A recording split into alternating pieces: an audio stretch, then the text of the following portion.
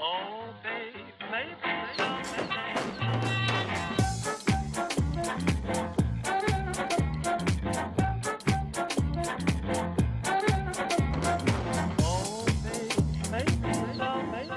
vous parlais tout à l'heure du fait d'être bien dans ses baskets.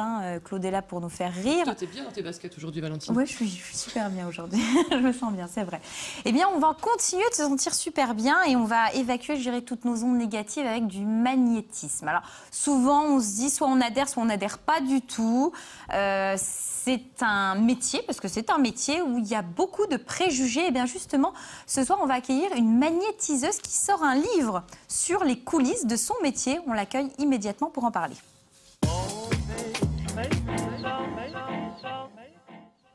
Bonsoir.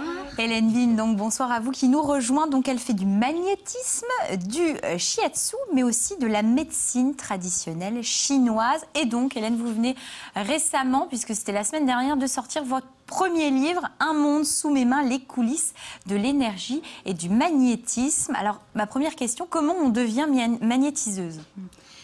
Alors mon propre chemin, il est un petit peu, on va dire, pas compliqué, mais j'ai pris des chemins de traverse. Alors, c'est vrai que moi, déjà d'origine, je suis quelqu'un qui suis assez spirituel. Je réfléchis beaucoup, je me pose plein de questions sur le sens de la vie, sur l'être humain. Donc, c'est vrai que la question déjà de l'humain était déjà présente. Et puis, j'ai fait du shiatsu. Donc, le shiatsu, ça vient de la médecine chinoise, comme vous l'avez dit. Et là, j'ai commencé un petit peu à découvrir l'énergie à travers la médecine traditionnelle chinoise.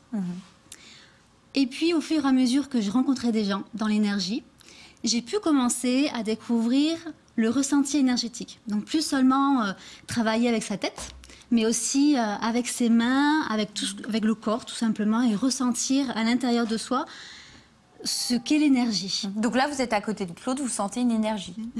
Non, il n'en a pas. Il en a plus, il a tout donné. Il a tout donné, il a plus rien. Je sens une très bonne énergie, il y a beaucoup d'humour, donc c'est très bon. Bon, ça va, en même temps, c'est facile, Hélène, pour ce coup. Exactement. C'est vrai que c'est un métier, puisqu'on parle de véritable profession, où il y a beaucoup de préjugés. C'est-à-dire, soit on n'adhère pas du tout. Quels sont les profils des gens qui vous côtoient, qui viennent vous voir?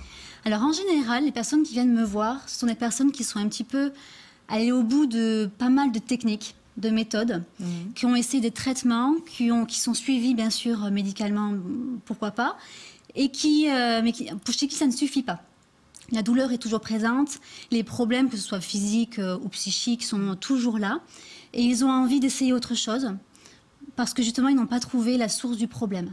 Donc le magnétisme va être là pour justement donner ce coup de pouce, pour trouver la source et remettre sur des rails, pour qu'ensuite, justement, la personne puisse d'elle-même trouver les méthodes traditionnelles en médecine pour aller mieux, ou faire des techniques. On peut véritablement soigner des pathologies graves avec le magnétisme ou pas du tout? Alors, pathologie grave, ça dépend de ce qu'on appelle pathologie grave. Alors, c'est vrai que les maladies graves, non. Bien sûr, je ne suis pas médecin. Donc, évidemment, il faut aller voir des médecins, il faut suivre des traitements. Par contre, si on entend par pathologie grave une souffrance, oui, ça peut beaucoup aider. Comment ça fonctionne? Est-ce qu'on doit y croire forcément pour que ça marche ou pas du tout? Non, il n'y a pas besoin d'y croire. Alors c'est là où je trouve que l'efficacité est très intéressante. Il n'y a pas besoin de croire pour recevoir. Et c'est vrai que souvent les personnes me posent la question oui, mais si je ne crois pas trop à ce que vous faites. Moi, je fais mon travail, je fais mon job. Et pour moi, je vois quand ça marche. Et quand ça marche, j'explique à la personne, selon les mots, voilà, je trouve un petit peu les mots pour trouver le tact également, pour dire à la personne ce que j'ai fait. Alors, certaines personnes sont plus ouvertes que d'autres. Donc, à ce moment-là, je vais aller un peu plus loin. Je vais donner, par exemple, des images qui me sont venues ou donner plus précisément le travail que j'ai effectué. Et pour d'autres personnes, je ne vais pas aller aussi loin. Je vais simplement donner quelques détails, informations, pour signifier à la personne qu'en effet, il y a quelque chose qui a fonctionné, qu'après, ce serait intéressant pour elle d'être à l'écoute, justement, des bienfaits, des conséquences. Vous les guidez également. Donc, vous venez de sortir un livre, Un monde sous mes mains, les coulisses de l'énergie et du magnétisme. C'était important pour vous de sortir un livre et d'expliquer ce que c'est votre métier? Oui. Alors pourquoi? Parce qu'en fait, alors j'ai mis un petit indice qui est en fait qui n'est pas sur la couverture, mais qui est sur la page de titre. Alors j'ai intitulé ce premier tome Coming Out. Parce que pour moi, c'était vraiment dans le sens de faire tomber des tabous et de parler de quelque chose dont on ne parle pas.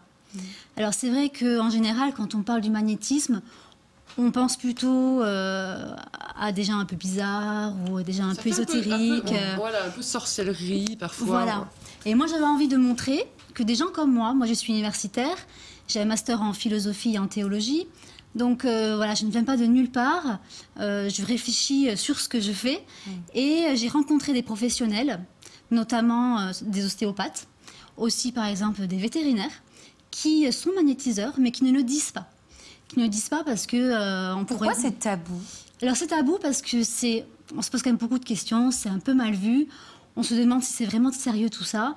Et dans les métiers qui sont quand même assez cadrés, les personnes ont peur, et c'est compréhensible, d'être mal compris. Et pourtant, toutes ces techniques-là, je veux dire, on a tous connu enfin, non, c'est trop jeune, mais à notre époque, il y avait les rebouteux dans les campagnes. Il y avait des gens qui travaillaient aussi, un peu comme vous, sur des ondes. Martine est morte de rire. Non, toi, t'as pas connu, ça n'existait pas.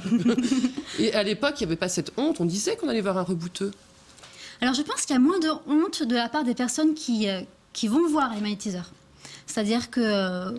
moi, j'ai des personnes qui, parce que ça marche, après vont dire à leurs amis, à leur famille, ah ben ça a marché sur moi, pourquoi pas sur toi. Mais c'est entre professionnels qu'on n'en parle pas. D'accord. Bon, il y a pas mal aussi de charlatans, il faut faire très attention. Comment on arrive à repérer un magnétiseur? Un bon, Hélène? Il y a un tuyau, une astuce? C'est une bonne question. Alors déjà, le bouche à oreille est quelque chose de très important, puisqu'a priori, une personne qui a bien vécu une séance et qui a eu un mieux, a priori, c'est un bon magnétiseur. Après, moi, j'aime bien dire, si le magnétiseur est capable de vous expliquer le travail qu'il a fait avec vous, c'est aussi la preuve qu'il sait ce qu'il fait. Si c'est quelqu'un qui joue le mystère, qui fait « Oh, vous ne pouvez pas comprendre, je ne peux pas expliquer, c'est très mystérieux tout ça », a priori, moi, je me méfierais. D'accord. Bon, en tout cas, un livre à découvrir. Merci Hélène. Un monde sous mes mains, les coulisses de l'énergie et du magnétisme. Ou alors, pouvez aller sur son site internet pour découvrir le livre et aussi les techniques d'Hélène, www.helenebin.fr. Merci pour tous ces renseignements. On va faire rapidement un point sur la